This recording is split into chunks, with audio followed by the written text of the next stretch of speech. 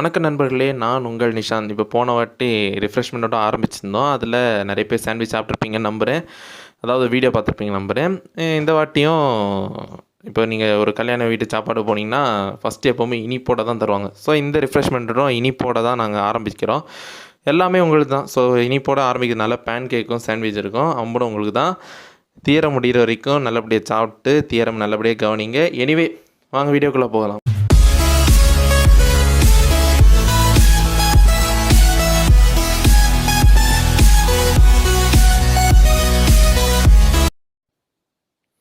இப்போ நம்ம பார்க்குறது என்னென்னா ஹாம் சாண்ட்விச் தியரம் பற்றி தான் பார்க்குறோம். இதில் நான் தியரம் போகிறதுக்கு முன்னாடியே ஒரு கொஸ்டினோட ஆரம்பிக்கலான் இருக்குது. இப்போ பொதுவாக நம்ம போன வீடியோவில் நம்ம சொன்ன மாதிரி தான். இல்லை சாண்ட்விச் பார்த்துருந்தீங்கன்னா உங்களுக்கே தெரியும். சாண்ட்விச் எல்லோரும் பார்த்துருப்பீங்க. அதில் 2 ப்ரெட் இருக்கும், ஒரு ஸ்டஃப் இருக்கும். இதில் நம்ம என்ன பண்ணோம்னா ஸ்டஃபுக்கு பதிலாக ஹாம் யூஸ் பண்ணோம். ஹாம்னா உங்களுக்கு தெரியும், போர்க். ஓகேவா? இதில் 2 ப்ரெட்டுமே எனக்கு டிஃப்ரெண்ட் சைஸ் தான். ஆனால் இர்ரெகுலர் ஷேப். ஒரு ப்ரெட்டுமே எனக்கு ஷேப் இர்ரெகுலராக இருக்கும். உங்களால் பிரிக்க முடியாதுன்னே சொல்லலான்னு வைங்களேன். ஓகேவா? ஸோ பிரித்தாலும் உங்களுக்கு ஒரு மைன்யூட்டாக ஒரு எலமெண்ட் வந்து அங்கே பாசிட்டிவ் பார்ட்டில் இருக்கும், இன்னொரு எலமெண்ட்டு கம்மியாக இருக்கும். ஸோ அந்த மாதிரி தான் இருக்கும். அந்தளவு இர்ரெகுலர் ஷேப்னே வச்சுப்போம். ஓகேவா? இதில் என்ன கேள்வினா, அந்த 3 ஆப்ஜெக்ட்டும் ஒரே ஒரு வாட்டி தான் நான் வெட்டணும். ஆனால் வெட்டும்போது அந்த துண்டு 2மே எனக்கு ஈக்குவலாக இருக்கணும். 3 ஆப்ஜெக்ட்டும் ஒரே டைமில் தான் நான் வெட்டணும். ஆனால் வெட்டுறது 2 துண்டுமே எனக்கு ஈக்குவலாக இருக்கணும். பாசிபிளா? எனக்கு தெரிஞ்சு பாசிபிள் தான். ஏன்னா என்னால் ஒரு பிளேன் இருந்தால் போதும், அழகாக என்னால் அந்த 3 ஆப்ஜெக்டையும் நான் வெட்டலாம். ஏன்னா இப்போது 3 ஆப்ஜெக்ட் எப்படி வெட்டணும்? அது ஒரு பிரெட் இருக்குன்னா அந்த பிரெட்டோட 2 துண்டுமே எனக்கு ஈக்குவலாக இருக்கணும். ஹேம் இருக்குன்னா அந்த ஹேமோட 2 துண்டு ஈக்குவலாக இருக்கணும். இன்னொரு பிரெட்னா அந்த பிரெட்டோட 2 துண்டுமே எனக்கு ஈக்குவலாக இருக்கணும். அதுதான். ஸோ எனக்கு பிளேன் இருந்தால் போதும், அந்த 3ஐயும் என்னால் வெட்ட முடியும். ஓகேவா? ஸோ அந்த இப்போது கத்தியாலெல்லாம் நம்ம அந்த அளவுக்குலாம் ரொம்ப வெட்ட முடியாது. ஸோ சிங்கிள் லைனில் நம்மளால் வெட்ட முடியாது. அதனால் ஒரு பிளேன் தேவைப்படுது, அதெல்லாம் வெட்ட முடியும். ஸோ 3 ஆப்ஜெக்ட்டு, அது 3 டைமென்ஷனல் ஸ்பேஸில் இருக்குது. ஸோ அந்த 3 டைமென்ஷனல் ஸ்பேஸில் இருக்கும்போது நம்ம பிளேனை வச்சு, பிளேன்றது 2Dயில் தான் இருக்குது, 2 டைமென்ஷனில் இருக்குது. ஸோ 2Dயை வச்சு தான் என்னால் வெட்ட முடியுது. அப்போ நான் ஜென்ரலாக n ஆப்ஜெக்ட்டு, ஆனால் அந்த n ஆப்ஜெக்ட்டுமே எனக்கு n ஸ்பேஸில் இருக்குது, n டைமென்ஷனல் ஸ்பேஸில் இருக்குது. அப்போ நான் எப்படி எந்த ஹைப்பர் பிளேன் வச்சா என்னால் வெட்ட முடியும்? n-1 ஹைப்பர் பிளேன் வச்சு தான் என்னால் வெட்ட முடியும். அது கீழே இருக்க எதுவுமே என்னால் வெட்ட முடியாது. அதுதான் இங்கே ஹாம் சாண்ட்விச் தியரமோட ஸ்டேட்மெண்ட்டாட்டு இருக்குது. ஸ்டேட்மெண்ட் பாருங்கள். given n measurable objects in n dimensional Euclidean space, it is possible to divide all of the objects in half with a single n-1 hyperplane. n object இருக்குது, n டைமென்ஷனல் ஸ்பேஸில் இருக்குது. அந்த n ஆப்ஜெக்ட்டும் n dimensional ஸ்பேஸில் இருக்குது. அப்போது என்னால் n-1 hyper plane வச்சு தான் என்னால் ஈக்குவலாக வெட்ட முடியும். அல்லாமல் அது கீழே இருக்கிறதோ அது மேலே இருக்கிறதோ எதாலையும் வெட்ட முடியாது. அதுதான் இங்கே ஹாம் சாண்ட்விச் தியரமோட ஸ்டேட்மெண்ட். இதில் நம்ம 3D 4D அதெல்லாம் பார்ப்போம். இதில் பேஸ் வேரியண்ட்டாக 2D தான், 2 டைமென்ஷனில் தான் நம்ம இங்கே ப்ரூவ் பண்ணுவோம். நம்ம நார்மலாக நம்ம 2 டைமென்ஷனல் பேர் தான் பேன்கேக் தியரம்னுவாங்க. ஓகேவா? பேன்கேக் தியரம்னு சொல்லுவாங்க, இல்லை பீஸா தியரம்னுவாங்க. ஸோ அது ஓகே, அது பேஸ் பண்ணி பொறுத்து. இதில் என்னென்ன 2Dயில் பார்த்தீங்கன்னா 2 ஆப்ஜெக்ட் இருக்கும், நம்ம 2 டைமென்ஷனல் ஸ்பேஸில் இருக்கும். ஸோ 2 ஆப்ஜெக்ட் அந்த 2 டைமென்ஷன் ஸ்பேஸில் இருக்கிறதுனால நம்ம சிங்கிள் லைன்லேயே நம்மளால் வெட்ட முடியும். அதுதான் பேன்கேக் தியரமோட ஸ்டேட்மெண்ட்டு. இதில் நம்ம ப்ரூவ் பண்ணுறதும் பேன்கேக் தியரம் தான் நம்ம ப்ரூவ் பண்ணோம். ஏன்னா வந்து ஹாம் சாண்ட்விச் தியரம் பார்த்தோன்னா நம்ம டாப்பாலஜிக்கல் பேஸ் பண்ணி பார்த்தோன்னா இங்கே பேன்கேக்கோட அப்படியே வந்துடும். 3D 4D இருந்தால் கூட எனக்கு பேன்கேக் நான் யூஸ் பண்ண போதும் எனக்கு ஆட்டோமேட்டிக்காக வந்துடும். ஆனால் ஹாம் சாண்ட்விச் தியரமில் மெஷர் தியரி பேஸ் பண்ணி இருக்குது. லெபெக் மெஷரு, டாமினேட்டர் கன்வர்ஜென்ஸ் தியரம், இதெல்லாம் பேஸ் பண்ணி இருக்குது. ஸோ உங்களுக்கு ப்ரூஃப் வேணும் அப்படின்னா கமெண்ட்ஸில் போடுங்க. நாங்கள் அடுத்தடுத்த வீடியோவில் அந்த ஹாம் சாண்ட்விச் தியரமோட ப்ரூஃபை நாங்கள் அடுத்தது ட்ரை பண்ணுறோம். ஓகேவா? இப்போதைக்கு பேன்கேக் தியரமோட ப்ரூஃப் மட்டும்தான் இருக்கும். ஓகே, இப்போ பேன்கேக்கோட ஸ்டேட்மெண்ட் அப்படியே பார்த்துடலாம். let k1 k2 is a subset of r square. r squareன்றது ரியல் வேல்யூ, அதாவது rன்றதே real number, set of all real numbers. ஓகேவா? அதில் r ஸ்கொயர்னா 2 டைமென்ஷனல் ரியல் நம்பர்ஸ். அப்போது அதில் 2 டைமென்ஷனல் ரியல் நம்பரில் 2 செட் எடுத்துக்கிறேன். அந்த 2 செட் தான் என்னதுன்னா k1 k2 வந்து ஒரு பேன் கேக்கு அப்படின்றேன். ஓகேவா? k1 k2 ஒரு பேன் கேக்கு. இப்போ 2 பேன் கேக்கு, அந்த 2மே இரெகுலர் ஷேப்பில் இருக்குது. என்னால் நான் வெட்ட முடியுமா? என்னால் இன்டர்செக்ஷன் பண்ண முடியுமா? இன்டர்செக்ஷன் பண்ண முடியுமா? சத்தியமாக முடியாது. இன்டர்செக்ஷனே என்னால் பண்ண முடியாது. அப்படி பண்ணோன்னா எம்டி செட் தான் கிடைக்க போகுது. அதுதான் இங்கே போட்டிருக்காங்க. let k1 k2 is a subset of R square be pancakes with k1 intersection k2 வந்து empty set. But there exists a line or line that simultaneously slices both k1 and k2 into pieces of equal area. நம்ம சாண்ட்விச்சில் நீங்கள் பார்த்துருந்தீங்கல்ல, 3 object 3 dimensional ஸ்பேஸில் இருக்குது. அது நம்ம பிளேனை வச்சு தான் என்னால் கட் பண்ணி மாதிரி. ஸோ இது வந்து 2 ஆப்ஜெக்ட் 2 டைமென்ஷனில் இருக்குது. ஸோ அதனால் எனக்கு சிங்கிள் லைனை என்னால் வெட்ட முடியும். ஒரே டைமில் எனக்கு 2 எதுவுமே வெட்டினா எனக்கு 2 துண்டுமே எனக்கு ஈக்குவலாக கிடைக்கும். ஸோ அதுதான் பேன்கேக் தியரமோட பேஸ். இப்போ இதில் டிராயிங்கை பாருங்கள். 2 பேன்கேக்கு k1 k2ன்னு எடுத்துக்கிறேன்னா XY அது வந்து 2 டைமென்ஷனல் ஸ்பேஸில் இருக்குது. அதில் நான் 2 பேன்கேக் வரைகிறேன். அதில் ஒரு லைன் நான் கட் பண்ணுறேன். இதில் நான் டயக்ராமில் சும்மா ஜஸ்ட் ஒரு அசியம் தான் பண்ணிருக்கேன். இதில் ஒரு லைன் கட் பண்ணால் எனக்கு ஈக்குவலாக கிடைக்கும். இதுதான் இந்த டயக்ராம். ஓகேவா? இப்போது இதில் ப்ரூஃப் பார்க்கறது முன்னாடி ஒரு சின்ன கான்செப்டோடு பார்க்கலாம். Intermediate value theorem. ஓகேவா? இன்டர்மீடியட் வேல்யூ தியரம்னா இப்போ ஒரு இன்டர்வல் இருக்குது. இன்டர்வல் a, b, அதில் ஒரு இன்டர்வல். அதில் ஒரு ஃபங்க்ஷனோட மேப் பண்ணுறோம். இப்போது ஃபங்க்ஷன் எஃப் எடுத்துக்கிறோம். அதில் ஏவோட ஃபங்க்ஷன் பார்த்தீங்கன்னா எஃப் ஆஃப் ஏ, பியோட ஃபங்க்ஷன் எஃப் ஆஃப் பி. அந்த இன்டர்வலில் இருக்க ஏதாவது ஒரு எலமெண்ட் எக்ஸ் அப்படின்னு ஒரு எலமெண்ட் எடுத்தால் கூட அதோட ஃபங்க்ஷனும் எனக்கு எப்படி இருக்கணும்? F of A F of பிக்குள்ளே தான் இருக்கணும். இதோட ஒரு எக்ஸாம்பிளே நான் சொல்கிறேனே. இப்போ நீங்கள் ஒரு டேபிள் எடுக்கிறீங்க. இப்போ ஒரு லெவல் இல்லாத ஒரு கிரவுண்டில் உட்காரிங்க. உங்களுக்கு நீங்கள் டேபிள் அங்கே அரேஞ்ச் பண்ணுன்றீங்க. அப்போது நீங்கள் எப்படி அரேஞ்ச் பண்ணுவீங்க? எந்த இடத்துல வச்சா டேபிள் ஆடாது, எந்த இடத்துல வைக்கக்கூடாது, இந்த இடத்துல வச்சா நம்ம டேபிள் ரொம்ப ஆடும், கீழே உள்ள அளவுக்கு இருக்கும். ஸோ அப்படின்னு பார்ப்போம்ல. எந்த இடத்துல வச்சா கொஞ்சம் டேபிள் கொஞ்சம் ஆடாமல் ஸ்டேபிளாக இருக்கும் அப்படின்னு பார்ப்போம்ல. இதுதான் நம்ம எந்த ஃபங்க்ஷன் இப்போ ஒரு இன்டர்வல் அந்த a, bயில் இருக்குன்னா அதோட எலமெண்ட்டு கூட அந்த a, b அந்த ஃபங்க்ஷனை நம்ம மேப் பண்ணும்போது அதில் இருக்க அந்த டொமைனில் இருக்க அதே எலமெண்ட்டும் அந்த ஃபங்க்ஷனுக்குள்ளே தான் இருக்கணும். ஃபங்க்ஷனுக்கு வெளியில் இருக்கக்கூடாது அப்படின்றது தான் இன்டர்மீடியட் வேல்யூ தியரமோட ஸ்டேட்மெண்ட். இல்லை நான் ப்ரூஃப் வரல, ஸ்டேட்மெண்ட் மட்டும்தான் பார்க்குறேன். ப்ரூஃப் என்ன நான் அடுத்த வீடியோக்குன்னு சொல்கிறேன். இதுக்கும் ப்ரூஃப் என்ன கமெண்ட்ஸில் சொல்லுங்கள். அடுத்த வீடியோவுக்கு நான் ட்ரை பண்ணிக்கிறேன். Okay. If f is a continuous function whose domain contains the interval a, b, then it takes on any given value between f of a and f of b at same point within the interval. நான் சொன்னது என்னதோ அதே தான் இங்கேயும். ஓகேவா? இப்போ இதுலேருந்து நம்ம ப்ரூஃபுக்கு வரும். இதில் என்னதுன்னா நம்ம எடுத்தோடனே இன்டர்மீடியட் வேல்யூ தியரம் பேஸ் பண்ணி தான் இங்கே யூஸ் பண்ணுவாங்க. இதில் என்னதுன்னா நம்ம 2 பேன்கேக் இருக்குது. நம்ம அதை எப்படி வெட்டுறோம்ல, நம்ம இதில் ரொட்டேட்டிங் நைஃப் வச்சு தான் நம்ம யூஸ் பண்ணுறோம். இது ஒரு நைஃபை வச்சு எப்படி வெட்டுறீங்கன்றது அசியூம் பண்ணியே வாங்க. ஓகேவா? கேக் கட் பண்ணி தான் நீங்கள் சாப்பிடணும். ஸோ அதனால் நீங்கள் கேக்கை பார்த்துட்டு இதை கட் பண்ணுற மாதிரி நினச்சி இதை பாருங்கள். ஓகேவா?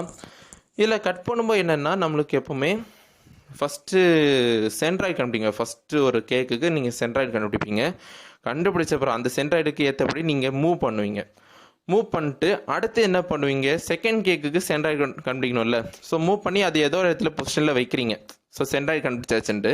ஆனால் இன்னொரு கேக்குன்னு நான் ஒரே டைமில் இதெல்லாம் வெட்டணும். அப்போ அந்த டைமுக்கு நான் அதில் ஒரு சென்ட்ராய்டு கண்டுபிடிக்கணும். அப்போ நான் அந்த நைஃப் அதாவது கத்தியை நான் ரொட்டேட் பண்ணணும். ரொட்டேட் பண்ணி அந்த 2 சென்ட்ராய்டும் ஈக்குவலாக வருது. அப்போ தான் என்னால் அது அழகாக வெட்ட முடியும். ஸோ அதுதான் நம்ம அங்கே லைனாக ப்ரூஃபுக்கு ஒரு ஸ்டேட்மெண்ட் பாருங்கள். Each direction in the plane R square has a corresponding unit vector. வெக்டார்ன்றது நம்ம வெக்டார் ஸ்பேஸில் பொதுவாக சொன்னோம் ஒரு மேக்னிடியூட் டைரக்ஷனும் இருக்கணும்.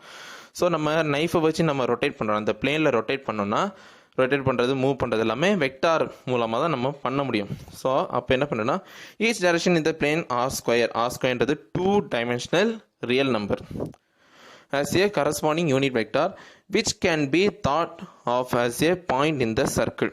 ஸோ இப்போ இந்த 2 கேக்கு அதை நான் ரொட்டேட் பண்ணுறது மூவ் பண்ணுறது எல்லாமே அதுக்குள்ளே அந்த சர்க்கிளுக்குள்ளே தான் நான் எல்லா வேலையும் பண்ணுறேன் அப்படின்றாங்க. அந்த சர்க்கிள் தான் S1 எடுத்துக்கிறாங்க. அந்த S1ல என்னெல்லாம் எலிமெண்ட்னா x, y belongs to R such that x square plus y square is equal to 1. Equation of circle வந்து x square plus y square is equal to 1. அதாவது நம்ம x square plus y square is equal to r square. இதில் வந்து r radius வந்து நம்ம 1 எடுத்துக்கிறோம். So அதனால x square plus y square is equal to 1 நம்ம எடுத்துக்கிறோம். இப்போது இதில் நம்ம ரொட்டேஷன் யூஸ் பண்ணுறதுனால நம்மளுக்கு ஆங்கிள் தேவைப்படுது. அதனால் என்ன பண்ணுறாங்கன்னா m is equal to for each direction m is equal to cos theta, sin theta belongs to s1 s power 1. இதில் பொதுவாக நீங்கள் பார்த்தீங்கன்னா ஏன் கேட்கலாமே, ஏன் m is equal to sin theta, cos theta இருக்கலாமே, எதுக்கு நீங்கள் cos theta, sin theta இருக்கலாம் அப்படின்னு நீங்கள் கேட்கலாம். நம்ம பொதுவாக ட்ரிக்னாமெட்ரிக் ஃபங்க்ஷன்னாலே ஒரு நம்ம டூ டைமென்ஷனில் எடுக்கிறோன்னா XY நம்ம எடுத்துக்கிறோம்ல. இங்கே ட்ரிக்னாமெட்ரியல் படி எப்படின்னா எக்ஸோட ரெப்ரசன்டேஷன் எல்லாமே cos thetaவுக்கு எடுப்பாங்க, வையோட ரெப்ரசன்டேஷன் எல்லாமே sin thetaவுக்கு எடுப்பாங்க. அதனால தான் உங்களுக்கு பார்த்தீங்கன்னா m is equal to cos theta, sin thetaன்னு வந்துடுது. ஓகேவா? இப்போ என்னென்னா there is a unique line. அந்த லைனோட ஃபங்க்ஷன் என்ன எடுத்துக்கிறேன்னா L of m with slope tan theta. ஸ்லோப்போட ஃபார்முலா என்னன்னு தெரியும், y by x. ஸோ அப்போது yக்கு பதிலாக தான் நான் sin thetaன்னு போட்டிருக்கேன், xக்கு பதிலாக cos theta. அப்போ sin by cos என்ன, tan theta. So with slope tan theta that divides the region K1 into 2 pieces of equal size. நான் ஃபஸ்ட்டு என்ன பண்ணுறேன், K1ஓட சென்டராக நான் கண்டுபிடிக்கணும். அப்போ அதுக்கேற்றபடி நான் மூவ் பண்ணுறேன், அந்த கத்தியை நான் மூவ் பண்ணுறேன். மூவ் பண்ணிவிட்டு அது ஈக்குவலானால் தான் நான் அந்த K2 பக்கம் மூவ் பண்ணணும். ஏன்னா வந்து நான் ஒரே டைமில் வெட்டணும். ஸோ K1 தனி K2 தனியாக வெட்டணும்னா அது தப்பு. ஒரே டைமில் நான் ரெண்டுத்தையும் நான் பண்ணணும். அதனால் நான் அந்த கத்தியை நான் எந்த அளவுக்கு மூவ் பண்ணுறேன், அடுத்து எந்த அளவுக்கு ரொட்டேட் பண்ணுறதுலாம் அது அடுத்தது. ஸோ என்ன பண்ணுறேன்னா ஒரு லைனு, அதோட ஸ்லோப் பார்த்திங்கன்னா tan theta அப்படின்றாங்க. ஸோ அது வந்து என்ன பண்ணுன்னா அந்த K1 டிவைட் பண்ணுது, K1 டிவைட் பண்ணி ஈக்குவல் பீஸாக பண்ணதுக்காக அந்த லைன் வரப்போகுது அப்படின்றாங்க. ஓகேவா? இப்போது இதுலேருந்து யூஸ் பண்ணி பாருங்கள். furthermore the line LM divides r square into 2 region which we obtained arbitrarily denote the positive side P of m and the negative side N of m. இப்போது தான் நம்ம ஒரு K1 நம்ம வெட்டியாச்சுனே வச்சுப்போம். K1 நம்ம பதம் பார்த்துட்டோம், சென்டர் எல்லாம் பார்த்தாச்சு. இனி நம்ம K2 பார்க்கணும்ல. இப்போ நம்ம K2 நம்ம எந்த அளவுக்கு ரொட்டேட் பண்ணுறோம், அந்த கத்தியை எந்த அளவுக்கு நம்ம ரொட்டேட் பண்ணுறோம் தான் இதோட கான்செப்ட். இதில் நம்ம இப்போ நீங்கள் சாதாவே திடீர்னு ஒரு கேக்கை வெட்டுறீங்க, நம்மளுக்கே தெரியாது இது பாதி தான் நம்ம வெட்டுறோம் அப்படின்னு தெரியாது. ஸோ கேக் வெட்டும்போது ஒரு சைடு அதிகமாக இருக்கும், இன்னொரு சைடு கம்மியாக இருக்கலாம்ல. ஸோ ஈக்குவலாக இருக்கணும்னு அவசியம் இல்லை, ஈக்குவலாக இருக்கலாம், இல்லை அந்த மாதிரி இருக்கலாம், கம்மியாக இருக்கலாம், இன்னொரு சைடில் அதிகமாக இருக்கலாம். ஸோ அதிகமாக இருக்க சைடை தான் பாசிட்டிவ் பார்ட்டும், கம்மியாக இருக்க சைடை நெகட்டிவ் பார்ட்டு மட்டும் எடுத்துக்கிறாங்க. ஓகேவா? இப்போது நான் அதுலேருந்து ஒரு ஃபங்க்ஷனை நான் டிஃபைன் பண்ணுறேன். ஏன்னா நான் K2 வெட்டணும், K1 நான் கிட்டத்தட்ட சென்டர் கண்டுபிடிச்சாச்சு. நான் K2ஓட சென்டர் கண்டுபிடிச்சா தான் எனக்கு ஈக்குவல் ஏரியாவா அப்படின்னு நான் சொல்ல முடியும். ஸோ அதனால் நான் K2ஓட சென்டர் கண்டுபிடிக்க வேண்டி நான் ஒரு ஃபங்க்ஷனை நான் டிஃபைன் பண்ணிக்கிறேன். அப்போது define function f from s1 s power 1, s power 1ன்றது ஒரு சர்க்கிள், அதோட radius 1. So x² + y² = 1 to real number by f of m is equal to area of K2 intersection positive parts of m. Positive parts of எம்ன்றது ரெண்டு கேக்கும், அதாவது K1 K2 அந்த ரெண்டு கேக்கோட positive parts. ஓகேவா? அதில் நான் K2 தான் நான் இன்டர்செக்ஷன் பண்ணேன்னா அப்போ மிச்சம் என்ன கிடைக்கும், அந்த K2ஓட பாசிட்டிவ் பார்ட் தான் என்னால் கிடைக்கும். அதுதான் அடுத்த ஸ்டேட்மெண்ட் பாருங்கள். f of mm is equal to area of part of K2 located on positive side of L of m. இப்போ ரெண்டு கேக்கையும் எடுத்துக்கிறீங்க, ரெண்டு K1 K2 எடுத்துக்கிறீங்க, அது ஒரு சைடு வெட்டுறீங்கன்னா பாசிட்டிவ் பார்ட் ரெண்டுத்தோட பாசிட்டிவ் பார்ட்டு, அதில் K2 மட்டும் நான் எடுத்துக்கிறாங்க. K2 இன்டர்செக்ஷன் பண்ணால் என்ன கிடைக்கும், K2ஓட பாசிட்டிவ் பார்ட் தான் என்னால் கிடைக்கும். அதுதான் இங்கே சொல்கிறாங்க. இதுலேருந்து அடுத்த ஒரு கான்செப்ட் இருக்குது, இதுக்கு பேர் தான், இதுக்கு ரொம்ப இந்த எல்லாத்துக்கும் பேன்கேக் தியரம் இருந்தாலும் சரி, ஹேண்ட் சாண்ட்விச் தியரம் இருந்தாலும் சரி, இந்த ஹேண்ட் சாண்ட்விச் தியரமில் 3, 4, 5 எது இருந்தாலும் சரி, அந்த மெஷர் தியரியை பேஸ் பண்ணி இருந்தாலும் சரி, டாபாலஜிக்கல் பேஸ் பண்ணியிருந்தாலும் சரி, ரொம்ப இம்பார்ட்டண்டான கான்செப்ட் தான் போர்சுக்-உலாம் தியரம். போர்சுக்-உலாம் தியரம் எப்படின்னா இது வந்து ஜென்ரலாகவே இருக்கும். நம்ம இங்கே பார்த்தோன்னா s power n to r power n அப்படின்னு தான் இருக்கும். இங்கே வந்து general s power n to r power n. If function from s power n to r power n is continuous, then there exists x belongs to s power n such that f of minus x is equal to f of x. இதுலேருந்து பார்த்தீங்கன்னா இதுக்கு ஒரு எக்ஸாம்பிளோட நான் வரேனே. இப்போது earth ஒரு நாளில் நம்ம ஒரு டெம்பரேச்சர் இருக்கும், இன்னொரு நாள் இன்னொரு டெம்பரேச்சர் இருக்கும். இப்போது ஒரு நாள் 5 மணிக்குன்னு பார்த்தீங்கன்னா அது ஒரு டெம்பரேச்சர் இருக்கும், இன்னொரு நாளில் அதே 5 மணிக்கு பார்த்தீங்கன்னா இன்னொரு டெம்பரேச்சர் இருக்கும். ஸோ ஏதோ ஒரு பாயிண்டில் தான் ஒரு சேம் டெம்பரேச்சர் உருவாகும், சேம் டெம்பரேச்சர் சேம் ப்ரெஷர் இருந்தாலும் ஏதோ ஒரு 2 பாயிண்ட்டுக்கு தான் எனக்கு அது கரெக்டாக வருது. ஸோ அந்த 2 பாயிண்ட் என்ன பண்ணுவாங்கன்னா ஆன்டிபாடல் பாயிண்ட்டுன்னு சொல்லுவாங்க. அதுதான் நம்ம என்ன பண்ணுறோம் இங்கே -x. ஸோ -xம் எக்ஸும் அந்த ஒரே ஃபங்க்ஷனில் மூவ் ஆகுது. இப்போ -x ஒரு இன்டர்வல்னால் அதோட கோடொமைன் பார்த்தீங்கன்னா ஒரே வேல்யூ கான்ஸ்டன்ட் ஃபங்க்ஷனில் மூவ் ஆகுது. அதுதான் இங்கே போசோ-கூலம்ப் தியரமோட எக்ஸாம்பிள். இதோட ஸ்டேட்மெண்ட் ஜென்ரல் ஸ்டேட்மெண்ட் தான் இது. நம்ம இங்கே 2Dயில் என்ன பார்த்துருக்கோம்னா S2R தான் நம்ம பார்த்துருக்கோம். S⁴1 S ஒன்று தான். ஸோ S2R அது வந்து கண்டிப்பாக கண்டினியூஸ் ஃபங்க்ஷன். ஏன்னா வந்து S2Rன்றது பாசிட்டிவ் பார்ட் ஆஃப் K2ஓட ஒரு பாசிட்டிவ் பார்ட் தான் நம்ம எடுத்துக்கிறோம். அப்போ கண்டிப்பாக ஒரு கண்டினியூஸ் ஃபங்க்ஷன் தான். ஸோ அதனால் கண்டினியூஸ் ஃபங்க்ஷன் படி நான் போசோ-கூலம்ப் தியரம் யூஸ் பண்ணால் அப்போ எம் வந்து எஸ்ஸில் இருக்குன்னு நான் சொல்கிறேன். எம் வந்து எஸ்ஸில் இருக்குது. அப்போ எப்படி எடுக்கலாம்னா f(m) = f(-m) அப்படின்னு எழுதலாம். இப்போ f(m)ன்றது உங்களுக்கே தெரியும், K2 intersection positive part of M, area of K2 intersection positive part of M. அப்போது f(-m) எப்படி வரும்?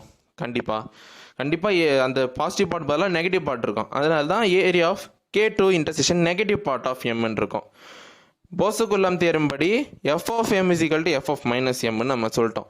அப்போ நான் எப்படி எழுதலாம்னா positive side of L of L(-m) = negative side of L(-m)ன்னு எழுதலாம். ஓகேவா? அதாவது positive part negative part equal. இதில் என்னதுன்னா K2ல் சொல்கிறாங்க. K2ல் இப்போது கிட்டத்தட்ட நம்ம முடிக்க ஸ்டேஜுக்கு வந்துட்டுருக்கோம்.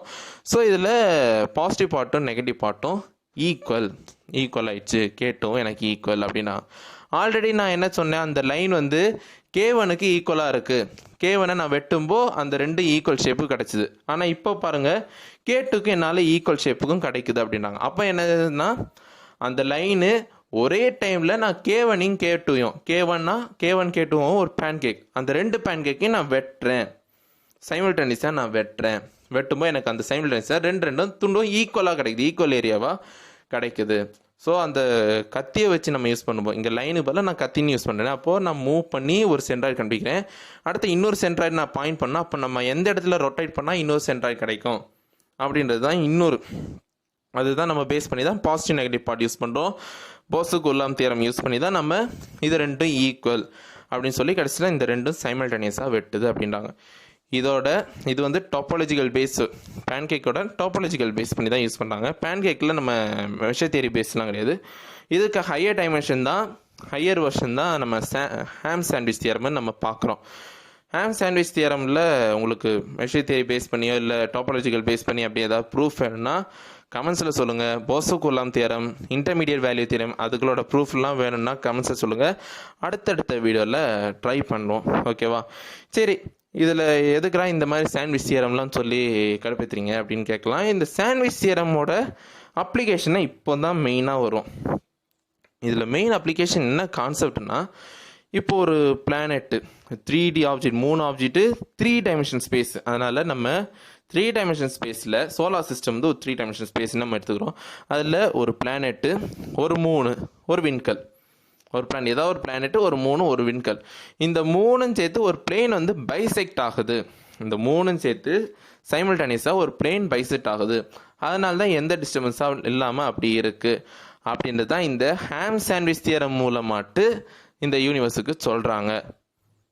அதுதான் இங்கே எழுதியிருக்கோம். In our solar system, there is always a single plane passing through 3 bodies, 1 planet, 1 moon and 1 asteroid that simultaneously bisects the planetary, the lunar and the asteroidal masses in the solar system.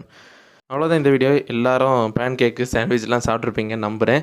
So இந்த video பிடிச்சிருந்தா உடனே like பண்ணுங்கள், share பண்ணுங்கள், subscribe பண்ணுங்கள். அடுத்த வீடியோக்கள் உங்களிடம் சந்திக்கும் வரை உங்களிடம் விடைபெறுவது உங்கள் நிஷாந்த். நன்றி, வணக்கம்.